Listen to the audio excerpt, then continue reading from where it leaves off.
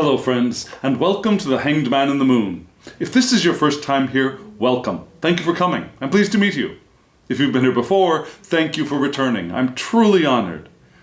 Friends, if you are a returning visitor, you probably already know that I have begun a year-long deep dive into the Lenormand system. It's a system that was not created by Madame Lenormand, but rather was created by a card maker in Germany who titled the original deck The Game of Hope. And it was a game that was a game, and also used for divination, for perhaps light parlor divination in the bourgeois class. Primarily, that's as far as I know. Correct me if I'm wrong.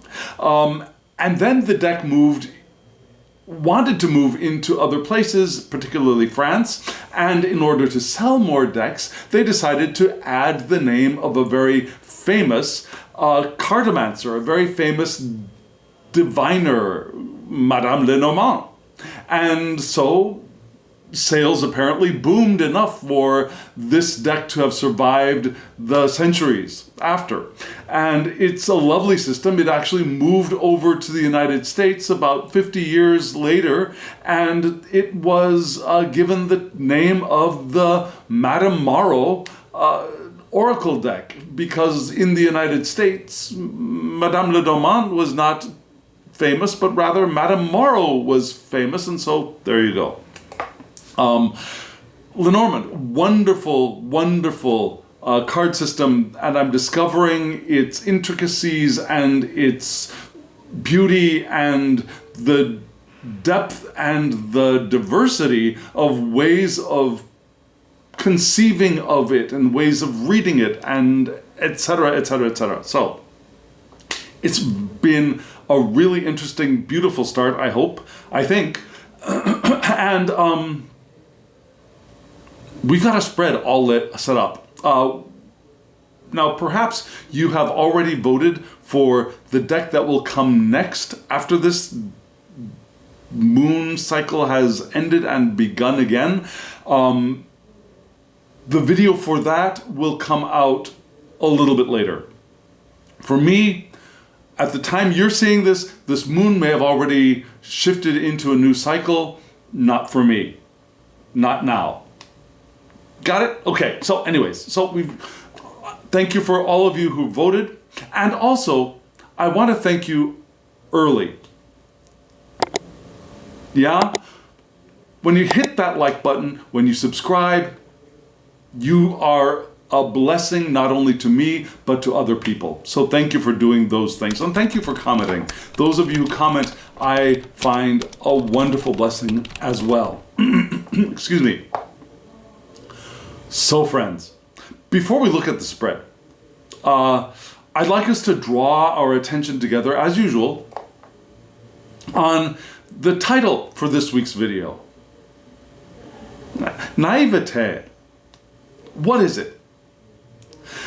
The dictionary describes it as the state of being in a lack of experience, a lack of wisdom, or a lack of judgment. And that seems like a very negative thing.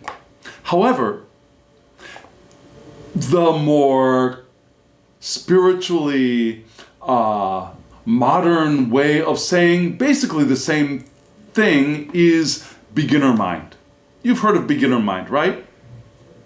I'm sure you have. It's the state of understanding that you don't know everything, that you want to approach whatever you are engaging with, whether it's a relationship, whether it's a project at work or a creative project outside of work, whether it's traveling to a new place or a place you've been to before. We want to approach any of these experiences in a state of wonder, in a state of knowing that we don't know everything. Knowing that we know less than we think that we know. And so we want to approach these experiences with the trust that we are here to have a new experience and explore the new possibilities that are available to us. And we have a very positive, I believe, understanding of what that beginner mind is. However, I think we also have a very negative understanding of the word naivete. When we use the word naive or naivete, I think we're using it as a slur, a way of criticizing other people. Oh, you're so naive, you don't know anything, right? And it kind of shows in that dictionary definition, right? A lack of wisdom, a lack of judgment, and also a lack of experience. However, why did I choose the title Naivete instead of beginner mind? For two reasons, exactly two. One is, I think we have elevated the concept of beginner mind to such a state that it seems difficult to a lot of people. Yeah? Just like a lot of people think of meditation as something that is difficult. A lot of people think beginner mind. Yes, I know I should do that, but it's only the special people can do that. Only the enlightened people can do that, right? So I wanted to step back from that preconceived notion and step into naivete. And step into it to reclaim it. To reclaim naivete, being naive, as a positive thing. Because it's basically the same. We want to shed the experiences that we have had when we approach a new thing or something that we have done before. Now, we don't want to shed them to the extent that we do something stupid, like we cross the street without looking both ways, right? But whatever task we approach, we want to approach it with, I've never been here before. I've never used these paints before because the paints I've used are now gone. Right? I want to approach this conversation with my lover in a way that I've never spoken to him, her, them, whatever. I don't know who he, she, or they are showing up as because this is a new situation. The river of experience has passed into memory, and this has never occurred in the world yet. This is a new experience, a new occurrence, a new conversation. Even if it's something we've talked about for weeks, months, or years. Over and over again.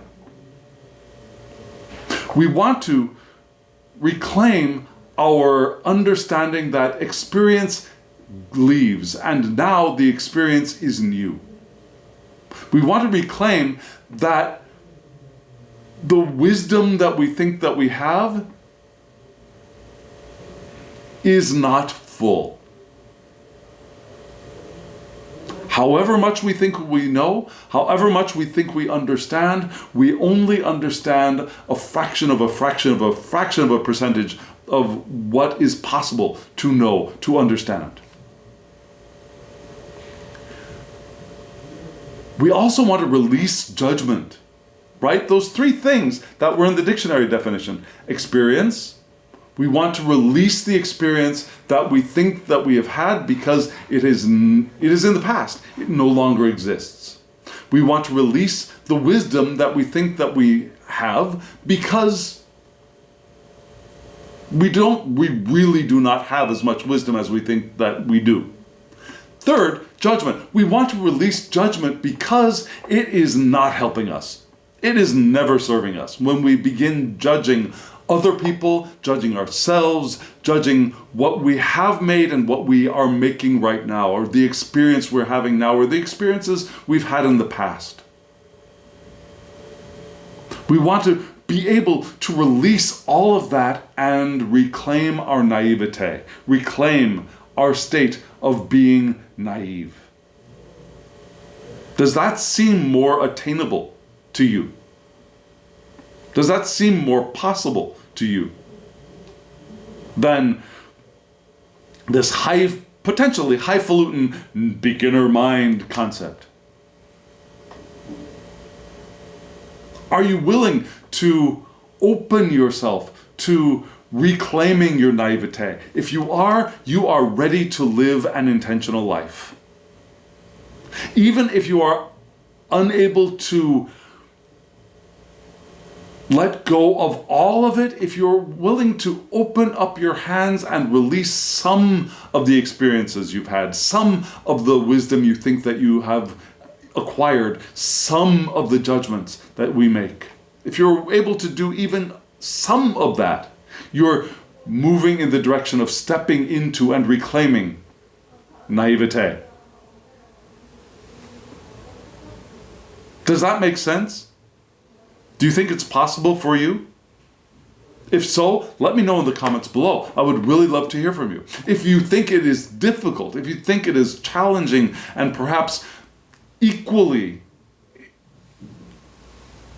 unattainable, just as perhaps beginner mind seems unattainable for some, let me know in the comments below. I'd love to hear from you. I'd love to have a discussion about this because I think it's important. I think it's a key element to living an intentional life. So friends, we have a wonderful spread all laid out. And when you look at the spread, perhaps you'll understand why we're talking about naivete. Why we're talking about reclaiming our state of the naive one.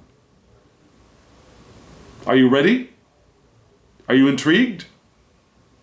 Are you ready to walk into the spread with that naivete that we're talking about? If you are, stay tuned. I will show you the spread. I don't know how I'm going to read it yet. I'm going to try to open up to my naivete as we read this spread together. But what I do know is I will do it in very specific stages. First, I will show you the spread, and we'll talk about the spread and the cards briefly. Especially if you are new here, I want to tell you what that spread was in general, and then we'll break that spread down into its two major parts, and we'll read those parts together. Are you all ready for this journey? In naivete? Here we go.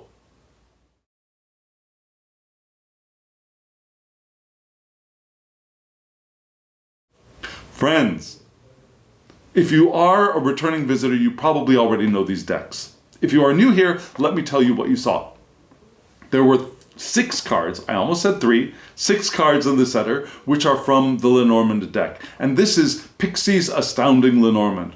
It's based on the artwork of Pamela Coleman Smith. And it's a mass market deck. It's in a tin. It has very easy to shuffle cardstock and very durable cardstock, and I highly recommend it. One little bitty drawback is instead of having card inserts, there are the title of the card, what would be the card insert, for example, the Queen of Hearts, the 10 of Spades, etc. That's printed at the bottom of the card next to the title. So you can see it, but you gotta look for it. Whereas some other decks, it's right there, big, bold, and easy to see. This one, you've got to kind of look for it. But except for that, it's a fabulous deck. I love it. And so again, there's a link to that one. And there were 4 cards from a Tarot deck. And this is it's a print-on-demand deck. It's independently published by Conrad Stain. It's called the CS Tarot, CS being Conrad Stain. And he's got a number of versions of similar decks. And so I will put a link to his Make Playing Cards shop in the description box below, so you can browse his collection and choose the one that you like. I've got the Crackleback Amber deck.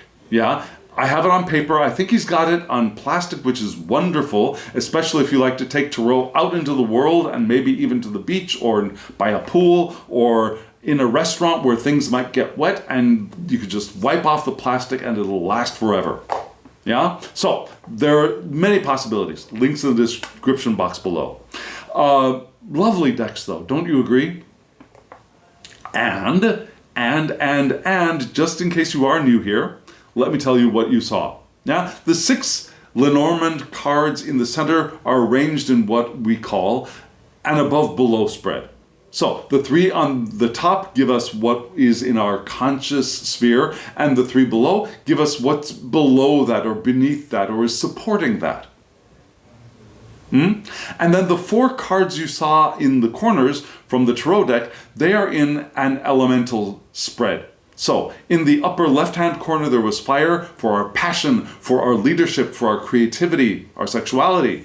In the lower right-hand corner, we have water for our emotions and our intuition, our soft artistic nature, for example, poetry, music, yeah, that kind of stuff. And intuition is down in the lower right-hand corner. In the upper left-hand corner, we have inspiration. And these 2 elements are what we call elementally ill-dignified, which means that if they are somewhere near each other, they will fight with each other, they will sap energy from each other. Yeah? So I read these cards in elemental dignities. So for example, in the fire section, if it's a fire card, everything is hunky-dory. If it's an air card, they are well dignified, they build each other up. If an earth card is in that spot, they're fine, they are neutral, they walk side by side without any conflict. But if there's a water card in the fire spot, then we've got some what we call ill dignity or conflict or discomfort at least, right? Okay, so let me move into the air, which is in the upper right-hand corner, and that's where we see our visions, yeah? Our point of view, our rational mind, also our communicative ability. And in the lower left-hand corner, we have earth, and that's where we find our work, our health, our resources, money, and other resources are all down there in the earth. Okay? So, 4 cards, elemental dignities, tarot deck.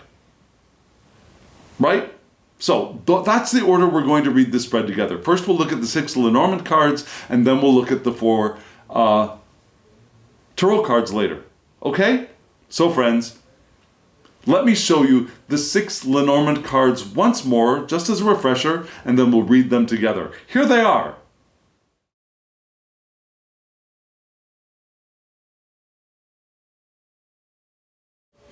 Friends, you just saw the 6 cards from the Lenormand deck, right?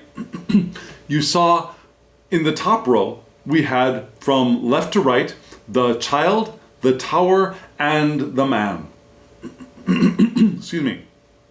And then in the lower line of 3, we had from left to right, the stork, the hart, and the fox. Now, do you see why I decided to focus on naivete? Do you get it? Did you get it? Because of that child card. And you know, that child card is really called to me intuitively. I just want to point out something that I know a lot of readers say that we read tarot cards intuitively and we read Lenormand differently. We don't engage our intuition, we read them like doing addition, right? We know the meanings of each of the cards, we add them together and we get a quick, sharp, brief message, yeah? And I get it. But I disagree. I think that there is that they are equally intuitive ways of reading, but in different spheres, right? We direct our intuition when reading tarot in a particular way, sometimes around the artwork, sometimes around color, image, in one direction. It depends on your style of reading tarot. We direct our intuition in a different way when we read Lenormand. At least I do. Yeah? There's a different way of engaging the intuitive way of gleaning information from a set of cards that is, I think, appropriate and good for reading Lenormand.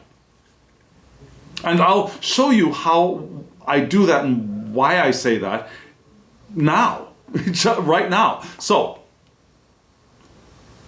let me start off with what I like to start off with, which is getting a general sense of the spread. Yeah? And I'm going to try and read this as naively as I can. That's my challenge for myself. And we're going to look at generally what is the overlying energy of this spread. And we start off with the child being positive neutral. Yeah? Then we have the tower, which is neutral. And then we have the man, which is neutral. Now the man it's called the gentleman in this deck, but the man, okay? And then in the lower section, we have from left to right, the stork, which is positive neutral, the heart, which is just full on positive, and then the fox, which is negative neutral, neutral negative. So what do we get? Now that negative neutral and one of the two positive neutral cards, they cancel each other out, right? So we've got those two neutral cards which land directly in the center, which give us no particular information. So what are we left with? We've got we have one positive neutral and one positive card. So the entire spread leans positive, right? Which is pretty cool. And I think it's an important information when getting a feel for a spread, even in Lenormand, at least for me. So I do that. And then I start looking at the cards. And we'll look at the three cards above and the three cards below. We'll read from left to right. Now generally, that top center card, the tower, would be my go-to central idea message for the spread. But like I said, my heart was, there was the heart card there. My heart was drawn towards the child as being the key information. So that's where we're going to be beginning. We'll start with the child think of it as the noun of the sentence. Yeah? And then we'll have the tower as an adjective for the noun, describing the noun. And then we'll have the man as an object. We're going to objectify the man. Yes? And we'll start off with the child. Yes, here's the child. Lovely card. It might be a little difficult for you to see. It's not difficult to see in person. The art is a little complex here, but you can clearly see it's the child. The title child is very visible. Now, what do I want to start off with when I think of the child? What is a child? Now, I want to delve into the core ideas, the core, I don't want to say messages or meanings, but the core of what a child is. What is a child? That's the first thing I want to think about when I start reading the cards. I don't want to go for keywords first. I want to dive deeper into the core of this thing or person or being. This child. What is a child? Well, a child is small, right? A child is small. A child is young, but growing, right? It's a small thing that grows over time. A child is also one who tends to lean positive, right? Now, of course, not all children are that way, right? Some children have had very negative experiences when they were very, very young. And so that colors their perception of the world and how they engage with the world. right? Some children have experienced trauma, yes, and those children might not have the brightest, most positive or bubbly personalities, and that's okay. I'm not blaming them, I'm not criticizing them, I'm not judging them. We want to recognize that not all children are positive, bubbly, giddy beings. But generally, if we look at this full spectrum of all children around the world, even some that experience trauma and are able to get past it somehow, tend to lean more in the direction of positive, naive, than an adult would. Generally. Can you agree with that? Can you get on board with that? Does that make sense? So, generally, a child has a positive attitude, is naive, is in wonder, is learning, and when something new enters their experience, if it's scary and that they react to it, yes. But if it's not, there's wonder, there's imagination, there's naivete. Which is the reason why I chose this title for this video, yeah? So, let's look at this child. Now, what are some keywords? New beginnings. Something that is small and develops and grows, right? It could be a real child, a baby. Like if this were actually a person, this child could be a baby, but it could also be a beginner at whatever they are doing.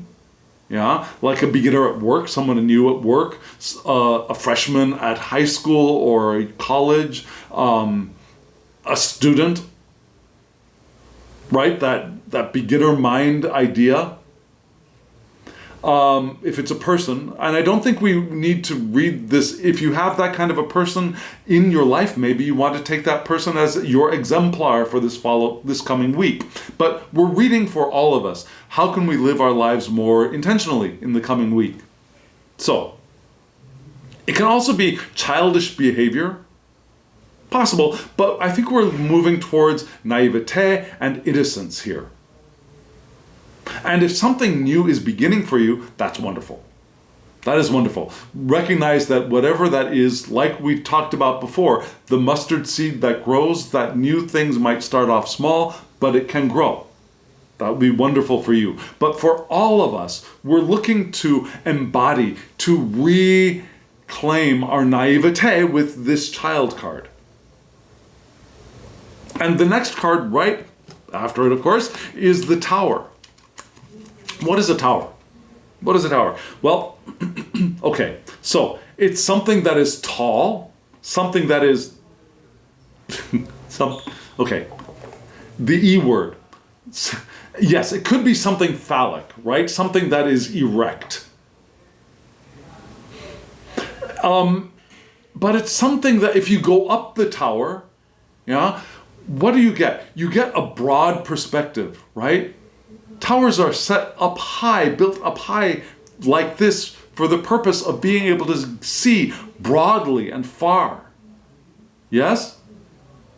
But they're also visible from far away.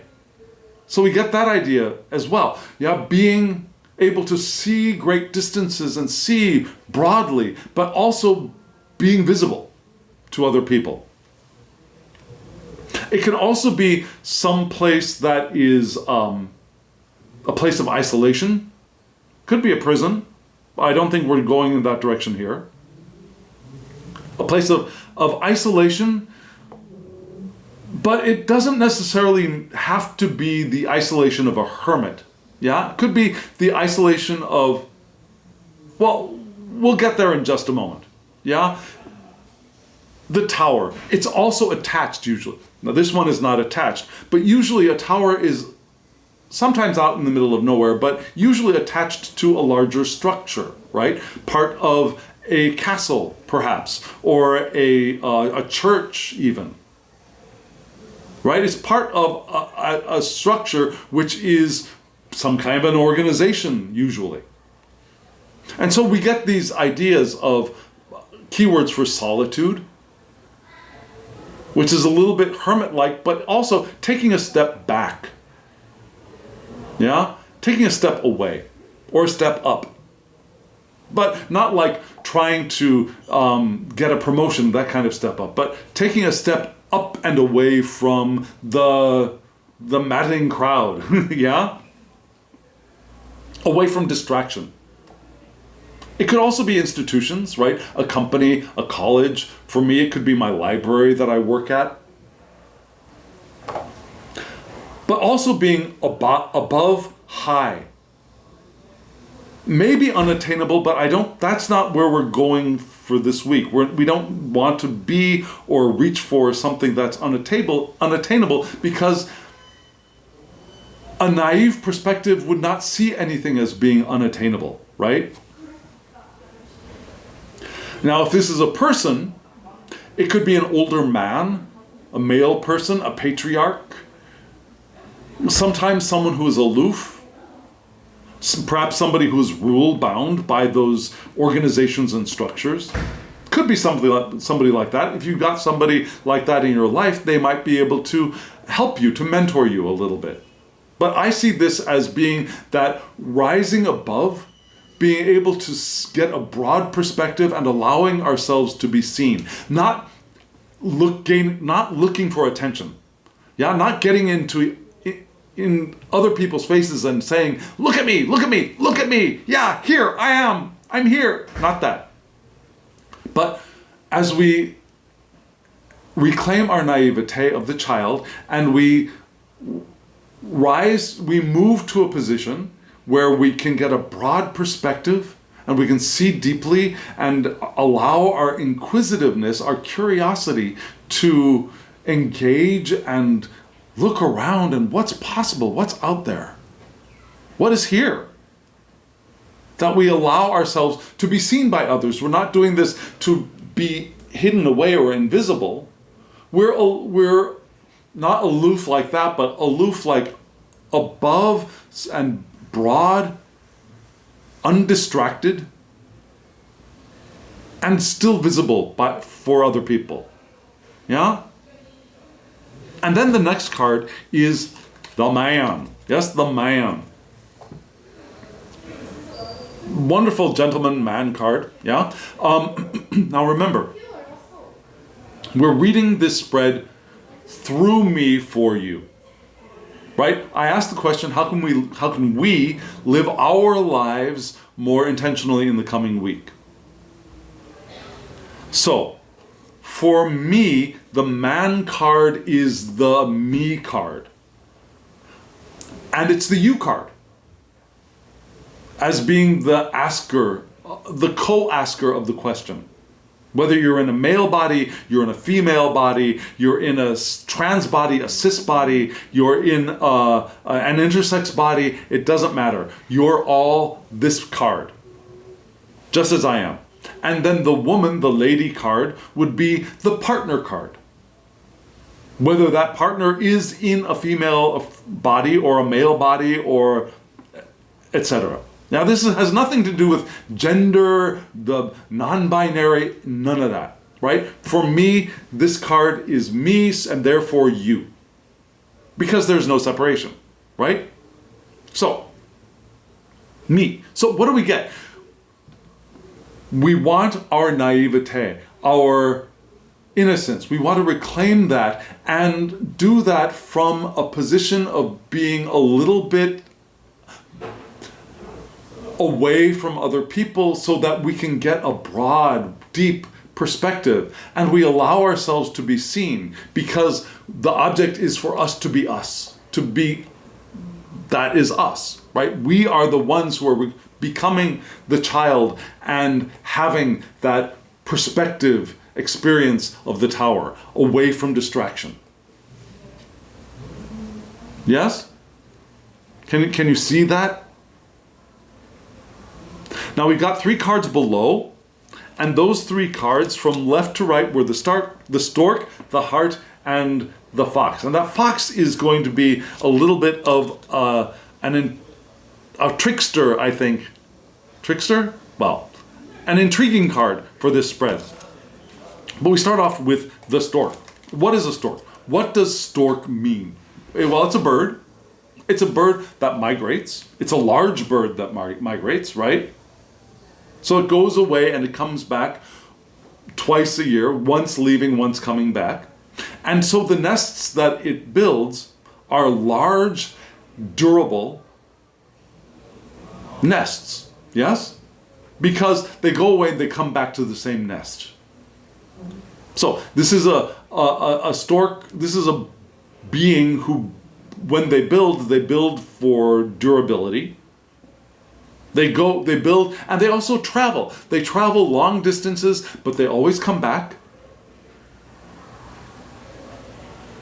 And there's a cultural element that I don't think we can escape, which is they come back sometimes with babies, right? The stork brings babies into humans' lives. So they bring new things, and those new things are not just little new things, they're big new things. They're things that change a life. From like a person who was not a parent before, then becomes a parent, it's like becoming an entirely new person, right? So they bring life-changing events that are beneficial. They have a positive spin. We expect good things from them, right? So what are the keywords for a stork? The stork can be positive change, movement, right? But movement as well as transition from this to that. Things develop that way.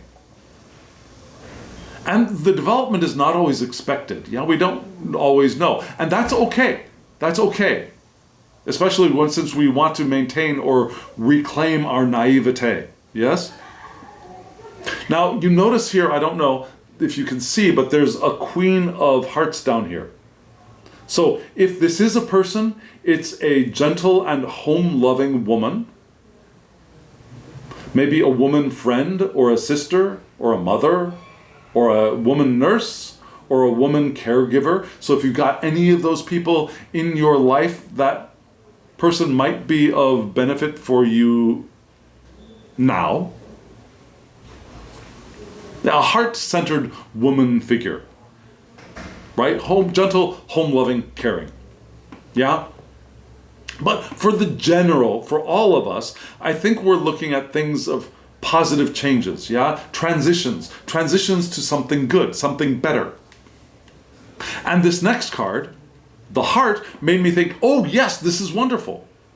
What is the heart?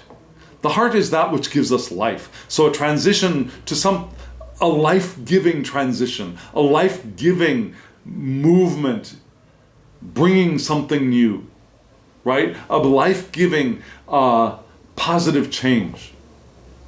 It's also where our love resides. Our emotions reside here generally, we think. Yes? And there's some biological evidence for that, I should say. Hormones are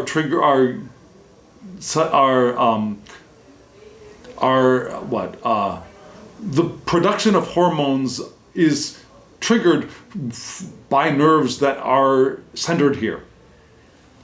So yes, that emotional center has some basis, has some foundation, I think. So we've got those things here too. Yeah, our emotions, our heart, our hormone producers, our givers of life, the pumpers of our blood. And the thing that we give, right? We give our hearts to other people that we love. We give our heart away. We also put our hearts into the things that we love doing. So it's relational. It's also enjoyment of the things that we do. It's love. So yes, the keywords for this card are love, also the love of doing something, a joy, positive yes. We've got a Jack of Hearts down here.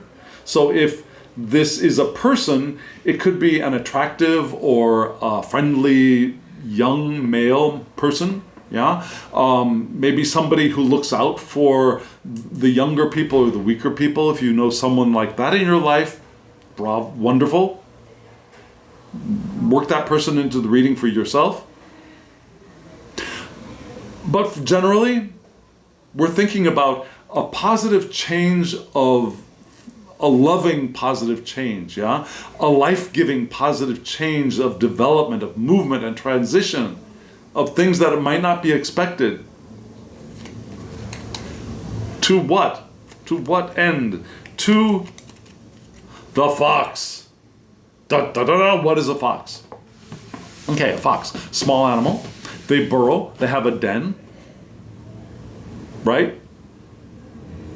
And they're known for stealing chickens from a farmer. They find a way into the chicken coop through the fence, through the chicken wire, and they steal a chicken or a hen and they run away. But they're not doing it out of spite, right? They're doing it in order to feed their families. So they're not doing it to be mean, they're not doing it because they're evil, they're doing it out of expediency. This is the best way that they can figure out to take care of business. So that's what we want, I think, to think of when we think of the fox, right? They're burrowers, they hide away a little bit, but when they come out, they don't always follow the same patterns. They're clever. They figure the way to do things that other people might not have thought of doing it that way. Have you ever experienced a fox doing something like that? So, what are the key words? Being clever. Duty. Duty to your den mates, right? Sometimes deception. Sometimes something that's not quite right. Or something or someone that is wrong or false. It could be a warning. Be careful. Watch out for danger. It could also be thinking outside of the box. Now, my intuition for my gut, my intuition looking at these three cards in a line, saying the heart, the stork, I'd almost call it a deliberate, a heartful, a life-giving, positive movement, a change is wrong. I'm just going to say is wrong. Yeah, is not quite right. We don't want to do this changing of heart, this movement of love, this changing of the thing that we love doing. Is not the right change. Is not the right thing to do for us right now. Does that make sense to you? I think it can, and I think we'll find some interesting support as we continue reading this spread. And we will continue reading this spread because we're going to get some support for these ideas that I'm bringing forth for us. And one way to get that support is to read the spread in columns. So we're going to start off with the first column on the left-hand side with the child and the stork. And so the child is going to be the main card, right? The child is the primary idea modified or described by the stork. So we've got this naivete, right? This new beginning, something small which is developing. And I keep thinking of that mustard seed video we had a while ago. Yeah, that's something that is small which is developing can bring a positive change, right? Can bring development, that is not expected.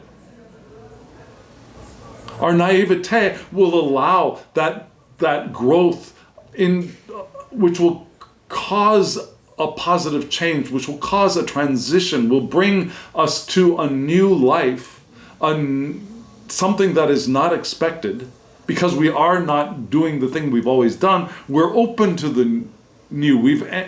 We claimed our naivete, and so more possibilities, different things are accessible to us. And that can bring positive changes, right? Things can develop differently, freshly, in that circumstance, from that attitude. which is different from those three cards below, which were saying that a more deliberate change of heart, change of lifestyle, change of what gives us life. That there was a deliberateness, I think, that was wrong. Here it's being open and a natural development within that state of naivete is what we're hoping to allow. Yes? Now the next two cards, right, were the heart below the tower above the heart, which means as we find our quiet time, yes, as we find a little bit of distance from other people, from their bouncing off of us and from their trying to get our attention and trying to push us away, as we have removed ourselves from that interaction for a time, we may discover our hearts. We may discover our joy. Have you ever done that? Have you ever gone up to the top of a mountain or some high place and looked around broadly and felt an opening? And in that opening, you felt love pouring out from you over all that you saw. I think that is very possible frequently if we reclaim our naivete, right? So, as we rise, again, not striving for success or for a promotion, but as we rise above the crowd, not saying that we're better than anybody else, but it's a rising up to be able to see broadly and to have some quiet space and time. We do that, love can pour forth from us, which will both support and reinforce that state of naivete. And then we get these two cards, right? The man, the gentleman above the fox. And I think here we're going to be looking at the idea that we, again, you, I, we are this card. We might need a little bit of cleverness to attain that reclaimed naivete. Yeah? And with that naivete, we can think outside of the box too. Because we have loosened ourselves from our conditioned past and our conditioned course to the future as we have reclaimed our naivete. Yes? Now we're going to read the spread again in two different ways, right? I call them chevrons. Other people might call them arrows. A chevron. So there's one chevron which points up into the conscious. That's what's coming into our minds. And there's this chevron pointing down, something that's feeding our interiors. So let's look at the one that's going up first. We start off in the lower left with the stork, upper center, which is the tower, and then the lower left, which is the fox. So we got the stork, the tower, and the fox. And the tower is going to be the center here now. So this position of being a little bit up and a little bit quiet and a little bit undisturbed will allow both positive changes and our ability to think outside of the box. Does that make sense? Can you see that? That the positive changes, the movement, the transitions, which are natural, can come with our ability to think outside of the box, of being clever, because we've got this perspective,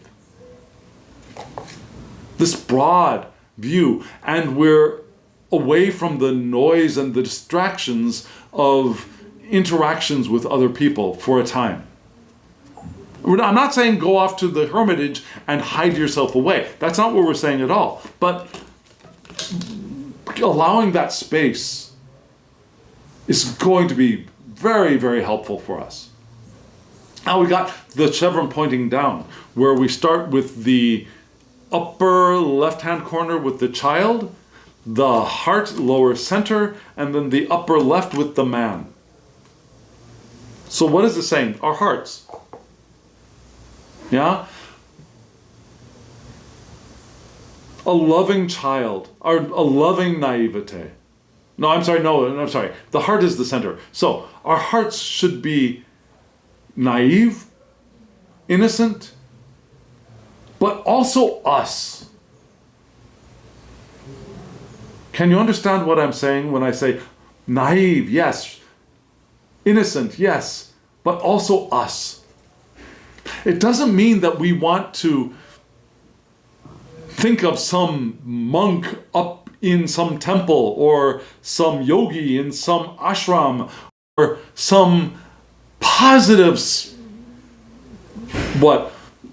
font of well-being and wellness on YouTube. We don't want to be them. We want to be us. We want to be our version of the naive one, the innocent one, the child. We want to reclaim our flavor of naivete, not theirs. And we want to do that here in the heart. That's the heart we want to foster. Yeah, we want to foster the heart of our own flavor of naivete, of innocence. Yes? And we got a little bit more support to find here. Yes, I add the card inserts from the top and the card inserts from the bottom, and that gives us just another layer of information. So the card inserts from the top, we have the Jack of Spades, the Six of Spades.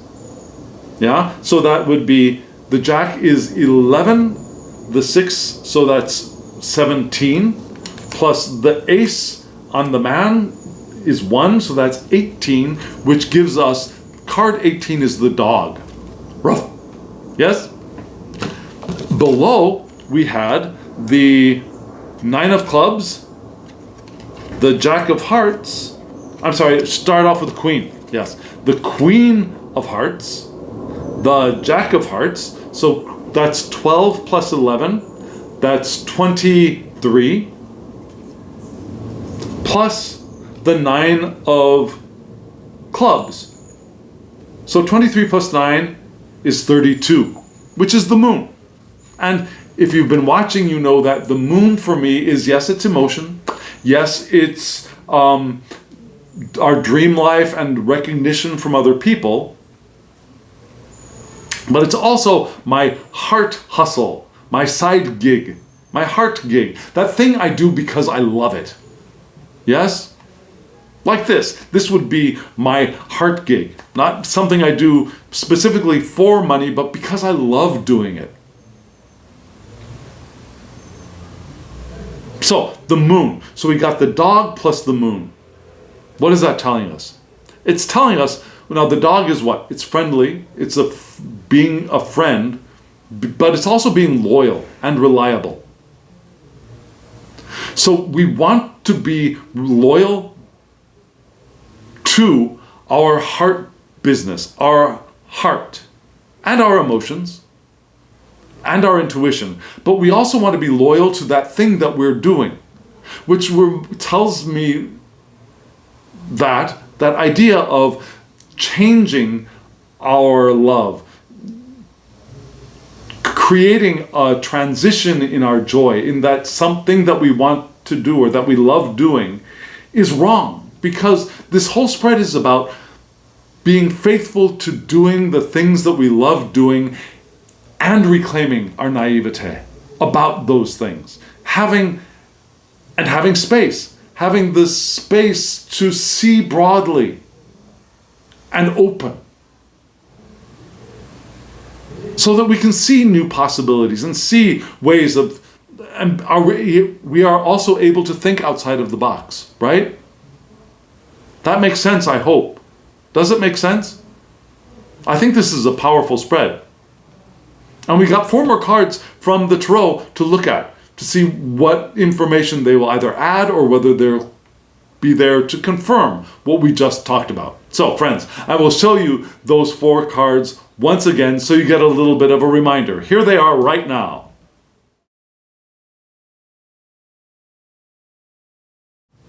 The 4 cards you just saw. In the upper left with fire is the 9 of Pentacles. So earth and fire, they're fine. Yeah. In the lower right, in water, we had temperance.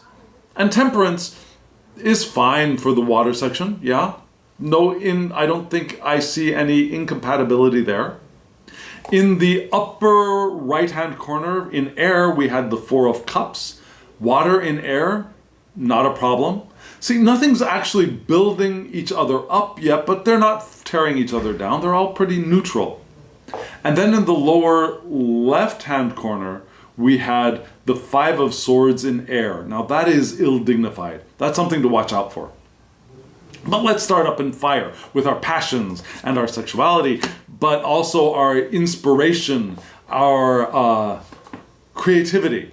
And there we had this beautiful 9 of Pentacles. You see this lovely woman inside of her garden with her falcon and enjoying her riches, her abundance. And that's what this card is. Abundance, luxury. Yeah, enjoyment of what we have, our prosperity, whatever that means for you.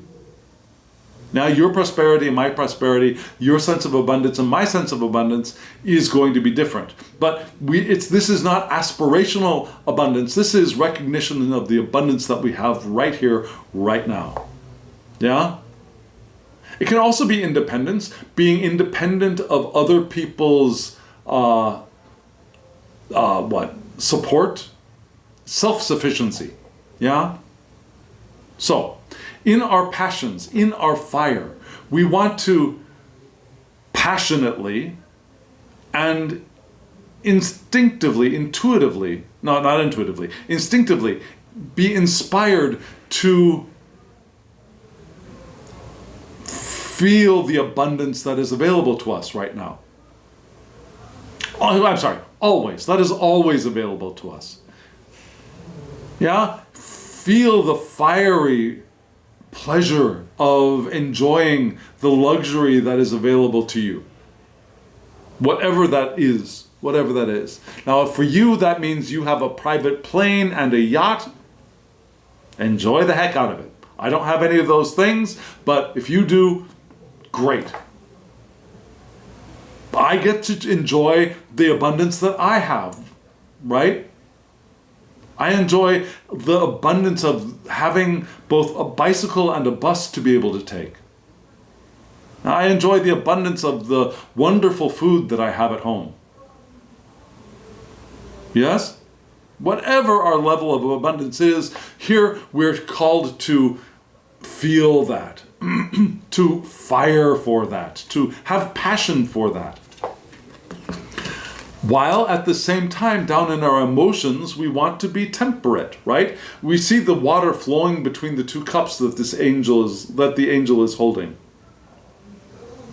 So we want here balance. We want moderation. Yeah, temperance. We temper wine, right? We pour water into the wine to make it more mellow, smoother. Because in the old days, wine was very, very harsh, right? It was very strong. It wasn't stored the same way that modern wine is stored in glass bottles. It was stored in huge ceramic vessels that, or in skins, animal skins. And so it was pretty potent and maybe a little bit toxic. And so we tempered it with a little bit of water, so that the alcohol in the wine cleaned the water, and the water made the wine a little bit easier to take. So that's what we want to do in our emotions, yeah? We want to find harmony, balance, attunement, yeah? Alignment, even. We might want to find patience as well in our reclaimed naivete. And forbearance, not getting triggered, not allowing triggers to set us off. Because everything is fresh, everything is new. And then up in the mind, we get this card, which is, it's not ill-dignified, but it's not a happy card, right? You see this guy sitting underneath a tree. He's looking at the 3 cups in front of him, and he does not look happy about them, right? He looks a little bored. And he pays no attention to this wonderful cup being offered by Spirit. Now, this could be a call to turn attention inward, to look within, yeah, away from external distractions, which could be positive here. We might want to turn our minds to our hearts.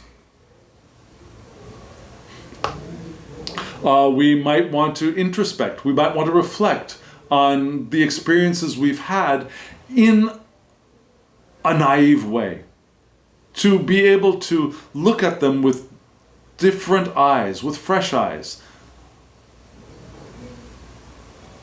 This could also be a caution that we want to avoid things like apathy or ennui, world weariness, boredom, yeah? But maybe we want to, in our naive state, reevaluate those experiences we've had and try to find the different, the fresh, the new, the innocent interpretation of what has happened or that we have experienced. Without our judgment, yeah? Because down in the earth, we've got this ill-dignified card, the 5 of Swords. You see this guy holding 3 swords. There are 2 on the ground, and there are 2 people walking away, and they look defeated. The guy in front looks like he has won, but at what cost, yeah? The guy in front is collecting other people's weapons and is, ha ha ha ha, I am the winner. I did what I needed to do, and yes, I dealt the cutting blow, and now I am the winner, but everybody's walking away from him, right? What is the cost of our needing to be the winner? So we want to avoid conflict. We want to avoid disagreements in our day-to-day lives, right? We want to avoid winning at all costs. Now, if we end up winning because we were open and we're loving and yay, yes. It's not saying don't win. It's saying don't fight to win, yeah? Avoid corruption, avoid profiteering, avoid Machiavellian attitudes of winning at all costs, right? Because we want to reclaim our naivete. And as we do that, these potentials are still possible. So we don't want to do that, okay? Instead, we want to enjoy what we have. We want to find balance within. And maybe reflect, rediscover new ways of appreciating the experiences we've had, both positive and negative. Look at them with fresh eyes, without judgment, if we can. And maybe that will help steer us around potential conflict and our desire to win at all costs. Does that make sense? If it does, let me know in the comments below. If it does not, let me know in the comments below. I really would love to hear from you. And friends, if you want a reading from me, my email address is below, thehangedmaninthemoon@gmail.com. Shoot me an email, we'll get you a reading. So friends, here we are, end of the reading. Thank you very much. Thank you for joining me on this journey through this spread. I think I've learned a little bit reading this spread with you. So I truly appreciate your presence. And friends, now, as always, I wish you love, joy, well-being, and pure awareness. Thank you.